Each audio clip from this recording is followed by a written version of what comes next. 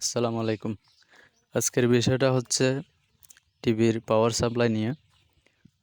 CRT টিভির power supply short হলে আপনারা কি করবেন? কিভাবে ঠিক করবেন? যারা নতুন টেকনিশিয়ান আছেন তাদের অবশ্যই কাজে আসবে। সো আজকের ভিডিওটা দেখলে আপনি যেকোনো পাওয়ার সাপ্লাই, টিভির পাওয়ার সাপ্লাই ঠিক করতে পারবেন। তো আমরা প্রথমে চেক করব কি শর্ট হয়েছে এবং কি কারণে শর্ট হয়েছে, সব বিষয়গুলো আজকের ভিডিওতে জানাবো। তো এই যে পাওয়ার সাপ্লাই সেকশনটা আছে এই সাইডটায় কিন্তু আমাদের ফুল শর্ট এবং ফিউজটাও কিন্তু কেটে গেছে। পাওয়ার সাপ্লাইয়ে যে ফিউজটা ব্যবহার করা হয় সে ফিউজটাও কিন্তু কেটে গেছে। ফিউজ কাটার অনেকগুলা কারণ থাকতে পারে। অনেকে আছেন ফিউজটা কেটে গেলে ফিউজটা লাগিয়ে দেন আবার, কিন্তু এরই মধ্যে অনেক কিছুই শর্ট থাকে, সেগুলো আপনারা বুঝতে পারেন না। তো এটা তো অবশ্যই বোঝা দরকার যে কেন ফিউজটা কাটছে। তো এখানে দেখতে পাচ্ছেন পাওয়ার সাপ্লাই সেকশনে আছে একটি ট্রানজিস্টর এবং বিভিন্ন রেকটিফায়ার ডায়োড আছে এখানে। তো এই সবগুলা কিন্তু আপনাকে চেক করতে হবে যদি আপনার পাওয়ার সাপ্লাইয়ের ফিউজটা কেটে যায়। এই ফিউজটা কাটার সঙ্গে সঙ্গে অনেক জিনিসই কিন্তু নষ্ট হয়ে যায়। আর ফিউজটা এমনি এমনি কিন্তু কাটে না, এই জিনিসগুলো শর্ট থাকার কারণেই ফিউজটা ওভারলোড হয়ে কেটে যায়। তো আপনারা যারা নতুন আছে তারা অবশ্যই ভিডিওটি মন দিয়ে দেখবেন। সম্পূর্ণ দেখলে আপনিও কাজটি করতে পারবেন। তো প্রথমে আপনি এখানে ডায়োডগুলো চেক করব যে পাওয়ার সাপ্লাইয়ে 4টি ডায়োড আছে। ডায়োডগুলো প্রথমে চেক করে নিব যে এগুলো শর্ট আছে কিনা।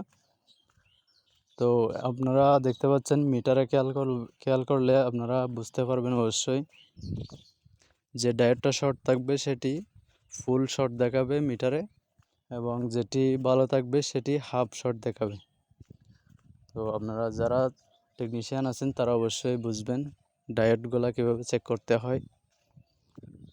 তো এভাবে যদি আপনি না বুঝেন তাহলে আপনি ডায়োডগুলো প্রথমে খুলে নেবেন। খুলে নেওয়ার পর একটা একটা করে চেক করলে আপনি সম্পূর্ণ বুঝতে পারবেন মিটারের মাধ্যমে কোনটা শর্ট এবং কোনটা ভালো আছে। তো আমিও সেভাবে ট্রাই করব। তো এখানে আমি প্রথমে এসি কোডটি লাগিয়ে দিলাম। এটি একটি 220 ভোল্টের লাইন।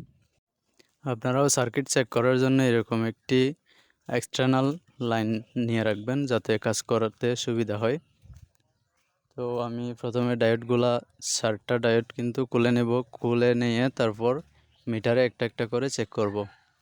তো সম্পূর্ণ ভিডিও দেখতে থাকুন, অবশ্যই ভিডিওটি কাজে আসবে।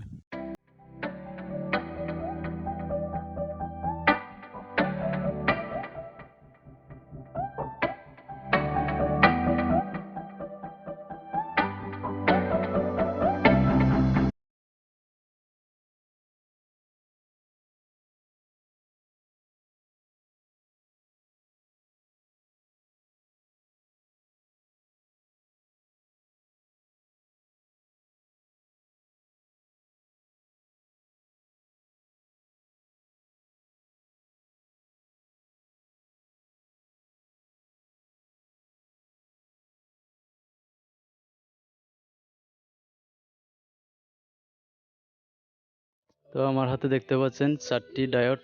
অনেকে এগুলাকে রেকটিফায়ার বলে, কেউ ডায়োড বলে। তো দেখতে পাচ্ছেন 4টা ডায়োড কিন্তু খুলে নিলাম। এখন এই ডায়োডগুলো একটা একটা করে চেক করব। তো আপনারাও সাথে থাকুন, দেখতে থাকুন, মিটারে খেয়াল করুন কোনটা শর্ট কোনটা ভালো সেটি আপনারা সহজে বুঝে যাবেন। তো প্রথমে এই ডায়োডটি চেক করব। দেখতে পাচ্ছেন এটি কিন্তু ভালো আছে, আমাদের হাফ শর্ট দেখাচ্ছে মিটারে। এরকম হাফ শর্ট দেখালে বুঝতে পারবেন যে আপনার এই ডায়োডটি ভালো আছে, এবং যদি ফুল শর্ট দেখায় মিটারে তাহলে বুঝবেন এই ডায়োডটি শর্ট আছে। এরকম একটা একটা করে চেক করব, যেটা ভালো সেটা রাখবো, যেটা শর্ট সেটা ফেলে দিয়ে চেঞ্জ করে দিব আরেকটা।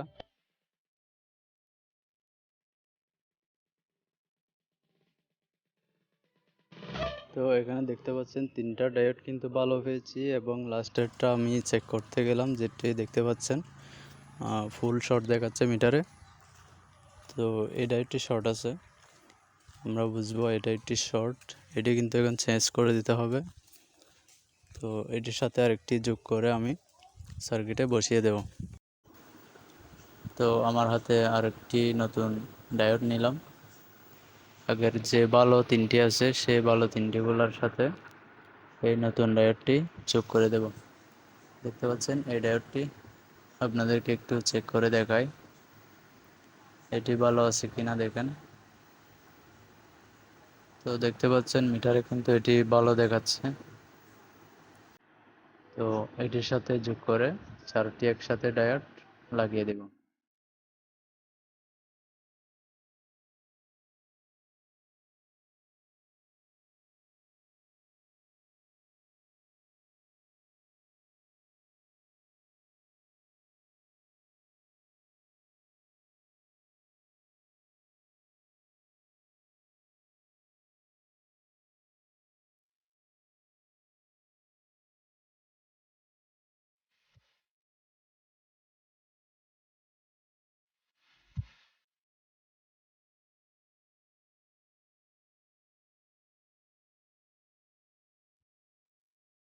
তো ডায়োড সার্কিটটা লাগানো শেষ। এখানে দেখতে পাচ্ছেন সোল্ডারিং করে দিয়েছি চারটা ডায়োড। এখন এই যে এখানে যে পাওয়ার ট্রানজিস্টরটা আছে এই ট্রানজিস্টরটি চেক করতে হবে ভালো আছে কিনা।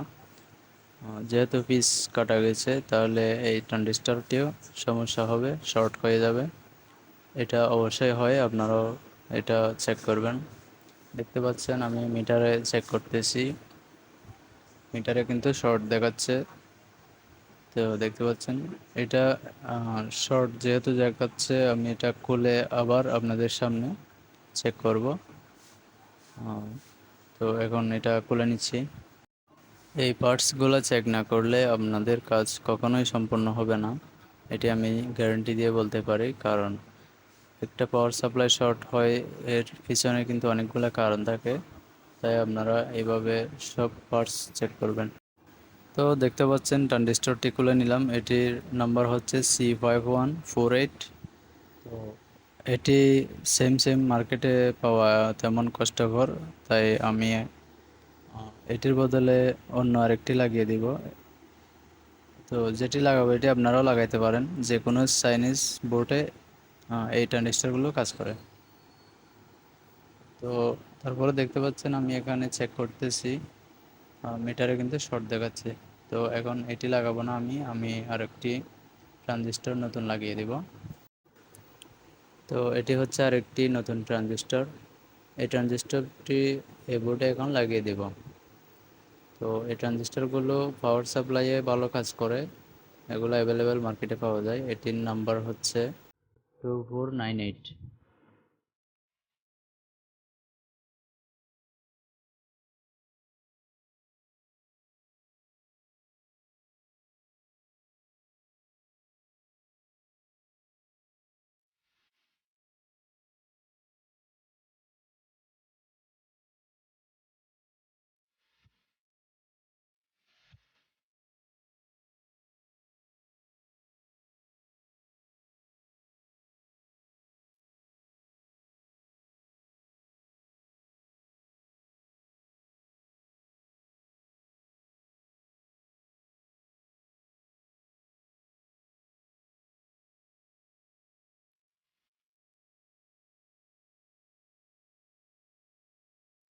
তো যে পার্টসগুলো শর্ট পেয়েছি সে পার্টসগুলো সবগুলো লাগানো শেষ।